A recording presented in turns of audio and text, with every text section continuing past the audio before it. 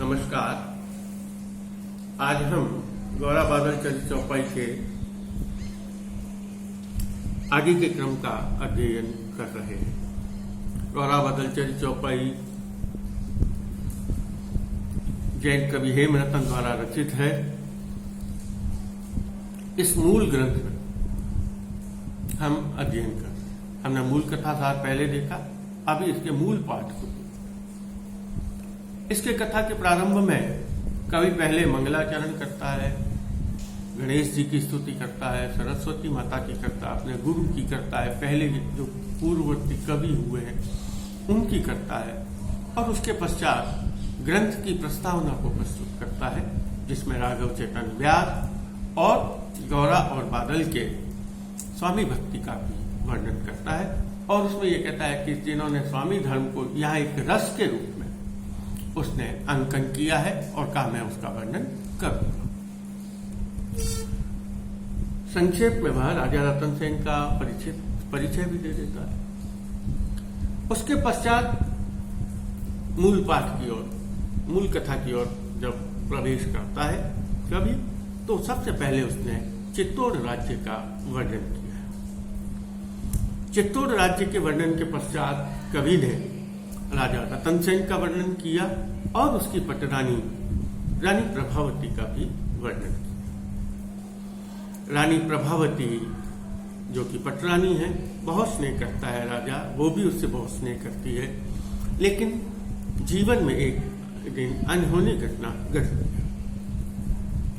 राजा रतन सेन भोजन करने के लिए आते हैं और भोजन करने के लिए जब बैठते हैं, रानी हवा डाल रही है केले के पत्तों से और राजा भोजन कर रहे हैं। तभी राजा रानी को यह बात कहते हैं कि मुझे कई दिन से भोजन अच्छा नहीं लग रहा है, हे प्रिय, तुम ऐसा कोई उपाय करो कि मुझे यह भोजन अच्छा लगने लग जाए।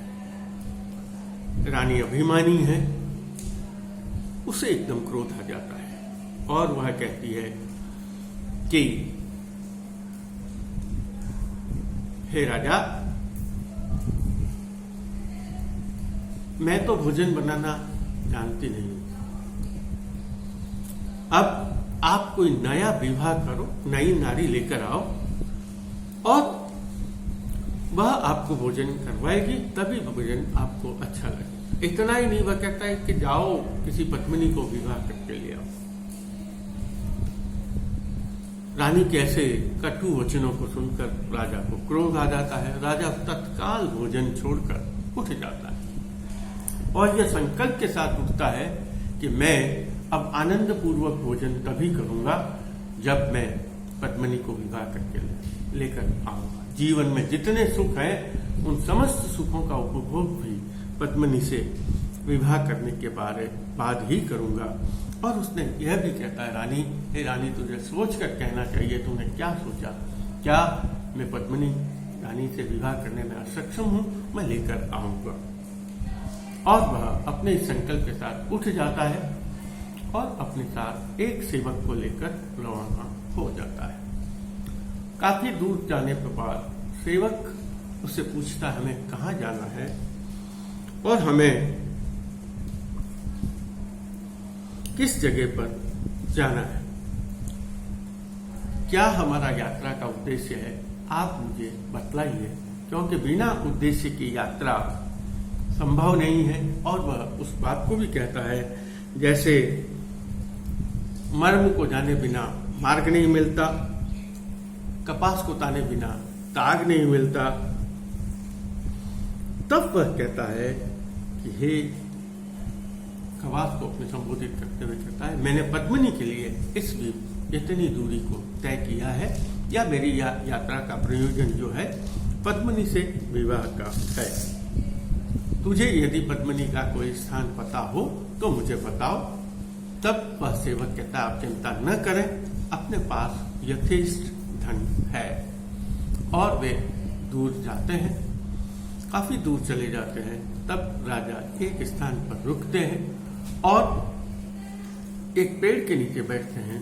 तभी वहां एक पथिक आता है। यहां तक कि मूल पाठ को हमने देखा आज इसके आगे हम देखने जा रहे हैं।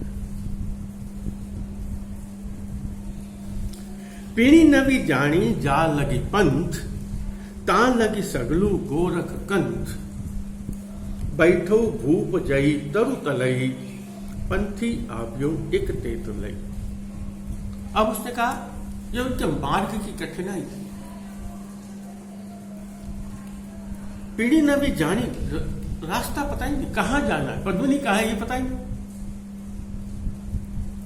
पीढ़ी नवी जानी, जानते भी नहीं कहां चलेंगे, लेकिन जानता कोई भी नहीं, न सेवक जानता न राजा जानता है पद्मिनी कहां मिलेगी। पीढ़ी नवी जानी जान लगी पंथ, हमारा पथ कहाँ है, हमारा मार्ग कहाँ है, हमारा जो केंद्र है जहां हमें पहुंचना है वो कहाँ है, स्थान कहाँ पद्मिनी मिलेगी पता ही नहीं हो।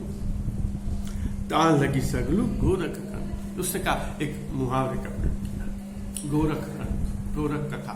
जैसे वह गोरखनाथ की कथा को जैसा जानना, उसको समझना जितना मुश्किल होता है, ठीक वैसा ही राजा के सामने भी यही समस्या उपस्थित हुई थी कि जा रहे हैं लेकिन कहाँ जा रहे हैं, पद्मिनी कहाँ मिलेगी, यह उनको पता ही नहीं। तभी राजा बैठो भूप जई तरु तले, एक पेड़ के नीचे जाकर राजा बैठ जाता है, और जैसे ही वह बैठता है, पंथी आव्यो एक तेत लई, तभी वहां एक पथिक आता है, एक यात्री आता है। और पथिक की क्या स्थिति है? पथिक बेहोश है, अर्धमूर्छित अवस्था में। देखिए क्या, भूख तिसी भेदाणु घणु, भूख से व्याकुल है। त्रिसी, त्रिसी कहते हैं तिरस, प्यास, तृष्णा। भूख और प्यास से भेदाणु, भेदाणु का मतलब है त्रस्त, थका हुआ। भूख प्यास से मारा, मारा का मतलब है भूख प्यास से व्याकुल, घणु बहुत ज्यादा। अगर उसे अब पानी या भोजन नहीं मिला, शायद उसका जीवन बचेगा कि नहीं, यह कहना भी मुश्किल था। पोतू वीतू अम्ल, पहले जब इतनी पैदल यात्राएं करते थे तब यात्री अपने साथ कुछ अफीम रखते, अमल कहा जाता, और वो अफीम को खा लेते थे, और वो अफीम को खाने से उनको भूख प्यास नहीं लगती थी, या भूख प्यास का पता नहीं चलता था, थकान का भी पता नहीं चलता था। तो वह भूख प्यास से व्याकुल था, और उसका जो अफीम था वह भी समाप्त हो चुका था। मूल कथा में इसका वर्णन है, इसीलिए इस बात को मैं यहाँ उल्लेखित कर रहा हूं।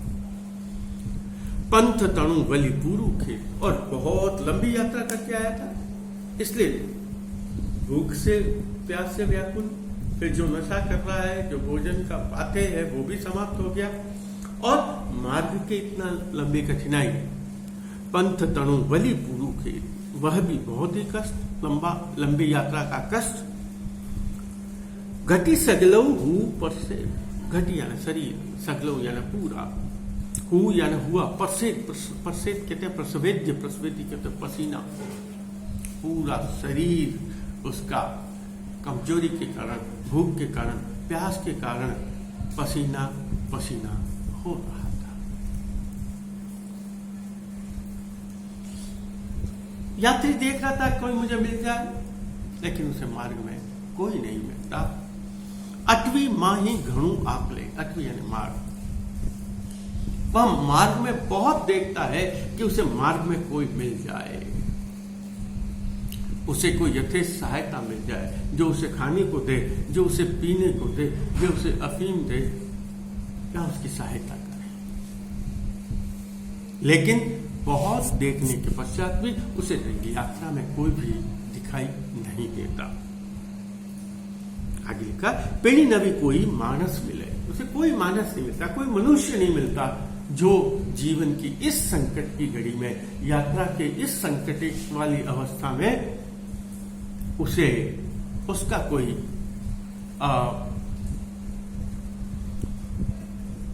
सहायता कर सके, उसका सहयोग कर सके, ऐसा व्यक्ति अभी तक उसे एक बार भी नहीं मिला था। तिणिते दीठौ भूपई जिसई, और तभी जहां वह राजा बैठा हुआ था उस पेड़ के नीचे उस यात्री को वह दिखाई दिया। तिणीते दीठऊ, और उसने वह देखा भूपति ऋषि। अरे ये तो कोई राजा जैसा व्यक्ति है, राजा हो जैसा उसे वह व्यक्ति दिखाई दिया। तिणीते दीठऊ भूपति, भूपति यानी राजा, उसे ऐसा दिखाई दिया जैसे यहाँ कोई राजा बैठा हुआ हो। पगतली आवी पड़ियो तिसे, और जैसे ही उसे वह राजा दिखाई दिया और वह राजा के आकर पगतली आवी पड़ियो, पगतली आवी पड़ियो तिसे, और वैसे ही वह तुरंत राजा के चरणों में जाकर गिर गया। शरणागत आया था, राजा के चरणों में आकर गिरा था, और राजा को तो उसका उपचार करना ही था। यात्रा की विकलता, यात्रा की कठिनाई को देखते हुए, यात्रा की परेशानी को देखते हुए राजा को लगा कि शायद यह बचेगा भी नहीं। राजा क्या करता है, राई किया शीतल उपचार, उस गर्मी से, उस भूख से, उस व्याकुल, भूख प्यास गर्मी यात्रा की थकान से व्याकुल उस व्यक्ति का, उस यात्री का राजा ने उपचार किया, शीतल उपचार किया, उसे शीतलता प्रदान करी, ठंडक प्रदान करी। वाली चेतन, उसकी चेतना को वापस लौटाया। कैसे लौटाया, पायू वारी, वारी यानी पानी, उसे पानी पिलाया, सबसे पहले उसे पानी पिलाया। राई किया शीतल उपचार, वाली चेतन पायू वाली, उसे अच्छा खाना पीने के लिए दिया, पानी पिलाया। अमल अमोलक दे कर, राजस्थान में हमारे एक विशिष्ट परंपरा थी पहले, अब तो इस बातों का उल्लेख करना भी गलत बात है, लेकिन चूंकि पाठ्यक्रम में है, कथा में, इसलिए मैं केवल संकेत कर रहा हूं। राजा ने उसे अफीम अपने हाथों से दिया। अमल अमोलक दे करी, भांजी भूख गई निसरी, और राजा के इस प्रकार से शीतल उपचार करने से उस यात्री की भूख प्यास थकान, जो परेशानी थी, वो समाप्त हो गई। अब जब उसकी चेतना लौटती है, तब उसे पता चलता है, अरे ये तो वास्तव में ऐसे दिखाई दिया था, और उसे लगा कि यह तो कोई राजा है, और इसीलिए वो उसके चरणों में आकर गिरा। अब वह पूरी, जब उसकी चेतना पूरी लौट आती है, तब वह सावधान होता है, बिल्कुल सचेत होकर, सावचेत होकर, होश आवाज में आकर, सावधान हूं पंथी थे, वह सावधान हो गया। कर जोड़ी जंपई ससने, और वह हाथ जोड़कर राजा से स्नेहपूर्वक, आदरपूर्वक, सम्मानपूर्वक निवेदन करता है। कहता है, क्या कहता है, तई मुझ कीधु अति उपकार, आपने मेरा बहुत उपकार किया है, आपने मेरे प्रति बहुत उपकार किया है। एक तरह से आगे उसका उल्लेख भी है कि अगर उसे वह राजा नहीं मिलता, हो सकता है वह भूख प्यास और यात्रा की थकान से त्रस्त होकर शायद मर जाता, उसका जीवन का वहीं उसका प्राणांत हो जाता, मर जाता। लेकिन यहां उस राजा से मिलने के बाद, राजा के दर्शन होने के बाद, राजा के, और खाली मिलना ही नहीं, खाली राजा को देखने से ही नहीं, राजा ने जो उसका शीतल उपचार किया था, जो उसे खाने पीने के लिए दिया था, जो उसे हवा दी थी, जो उसे सुख प्रदान किया था, उसकी चिकित्सा की थी, तब उसने कहा, तई मुझ की दू अति उपकार, आपने मेरा बहुत बड़ा उपकार किया है, आपने मेरा उपकार किया है, मेरे प्रति बहुत बड़ा आपका उपकार है। और क्या उपकार किया, इससे बड़ा तो कोई किसी के प्रति उपकार ही नहीं कर सकता। जन्म दियो मुझ बीजी बार, आपने मुझे दूसरी बार जन्म दिया, मैं मर जाता, मैंने आपको जैसे पहले कहा, प्राणांत हो जाता उस भूख प्यास और यात्रा की थकान से, गर्मी से, लेकिन ये राजा ने उसका उपचार किया, खाने पीने की वस्तु दी और उससे उसके जीवन, उस अर्धमूर्छित जीवन में एक नए जीवन का संचार हो गया।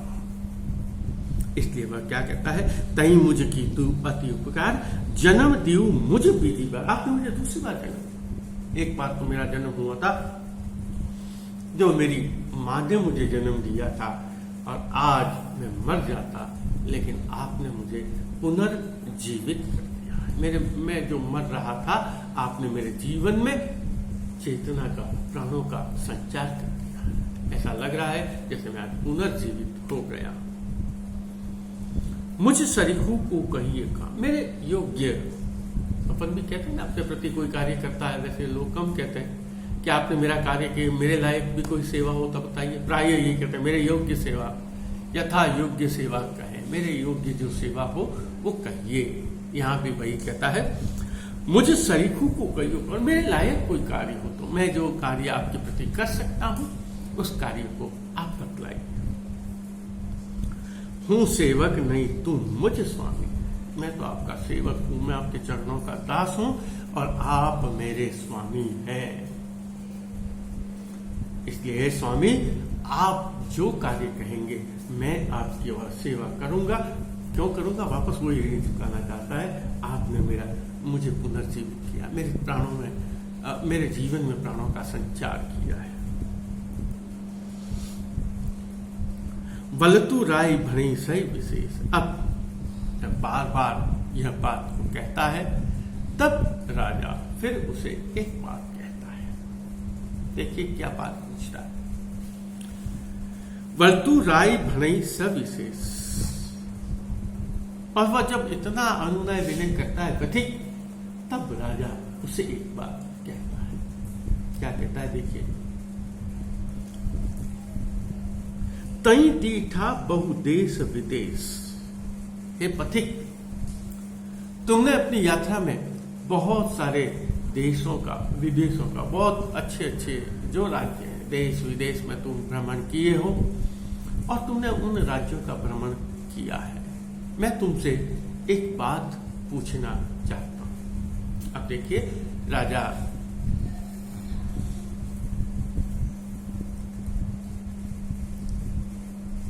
क्या पूछेगा? पद्मिनी, पद्मावत से संबंधित अन्य कई कथाएं, पद्मावत भी कहते हैं, पद्मिनी भी कहते हैं, इस पूरे प्रसंग से जुड़ी अनेक भाषाओं में, अनेक साहित्यों में ये कथा मिलती। और यहां जो पद्मावत है, जायसी, मलिक मोहम्मद जायसी ने जो लिखा था, वहां एक तोता है और वो तोता बताता है, गुरु सुगाते पंथ बताओ, औपथ बताता है। और यहां आत्मा परमात्मा का मिलन है। आत्मा है पद्मिनी, आत्मा है राजा रतन सेन और परमात्मा पद्मिनी का जो वह सूफी संप्रदाय के आधार पर, और गुरु उस मार्ग की ओर बढ़ने की ओर प्रेरित करता है। यहाँ कथा में यह यात्री है, जो पथिक है, वह उसका गुरु बना है। कि आप आत्मा पूछती है, मेरा परमात्मा से मिलन कैसे हो सकता है, परमात्मा कहाँ निवास करता है? तब वो कहता है, जाओ, यहाँ गुरु बनकर आता है। गुरु शिष्य को मार्ग बताता है। वैसे यहाँ भी राजा रतन सेन को यह पथिक मार्ग बताता है। वह पूछता है, राजा फिर पूछता है, बहुवी फिरंतई तई पद्मनी काई नारी कठिन सुन। हे पथिक, पूर्वी फिरंतई, इस पृथ्वी पर आपने इस पृथ्वी पर इतना विचरण किया है, फिर रहे हो, फिरंतई, फिरना, विचरण करना। बहुवी फिरंतई तई पद्मनी, आपने दूर दूर के देशों की यात्रा की है, बहुत लंबी लंबी यात्राएं की है इस पृथ्वी पर। काई नारी कठिन तई पद्मनी, पूर्वी फिरंतई तई पद्मनी काई नारी कठिन सुनी। ऐसे पृथ्वी पर विचरण करते हुए, घूमते हुए, फिरते हुए आपने कहीं पद्मिनी नारी के बारे में सुना? कहीं पद्मिनी नारी के बारे में सुना? काई नारी कथाई सुनी? कहीं सुना है कि पद्मिनी नारी है? तब मैंने आपको कहा वह यात्री गुरु रूप में सामने आता है। तब ते जम्पई सुनु मुझ धनी, तब वह जो यात्री है वह कहता है, हे स्वामी धनी, तब ते जम्पई सुनु मुझ धनी, हे मेरे स्वामी सुनिए। और वह मार्ग भी बता देता है। देखिए मैंने आपको कहा, जैसे शिष्य है, गुरु तो शिष्य मार्ग पूछता है, गुरु उसे मार्ग बतलाता है। यहां मार्ग बता देता है। क्या मार्ग बता रहा है? संगल द्वीप की घनी पद्मिनी, सिंघल द्वीप में बहुत पद्मिनी है।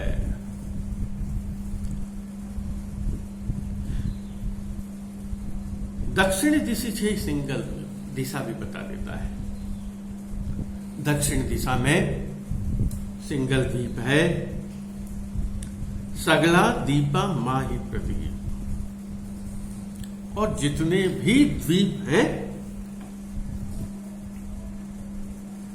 उन द्वीपों में सगला दीपा माही प्रदीप, सबसे ज्यादा प्रकाशित होने वाला, सबसे ज्यादा महत्वपूर्ण, सबसे ज्यादा उत्कृष्ट यदि कोई द्वीप है तो वह सगला दीपा माही प्रदीप। वह द्वीप कौन सा है? सिंघल द्वीप है। लेकिन वहां जाने के लिए कठिनाई है, उसके जाने के मार्ग में समस्या है। क्या समस्या है? आडऊ आवई अथ उदधी अथा, उदधी समुद्र। उस मार्ग में, सिंघल द्वीप के मार्ग में जाने में एक मार्ग में बाधा है, आड़ा आता है, शुद्ध राजस्थानी शब्द का बात। उस मार्ग में आड़े आता है। क्या आड़े आ रहा है? समुद्र, अथाह समुद्र। और वैसे भी समुद्र छोटा मोटा नहीं, अथाह समुद्र। तिणी तसु कोई ने लाभई माह। और यही कारण है कि वहां कोई भी नहीं जा सकता है।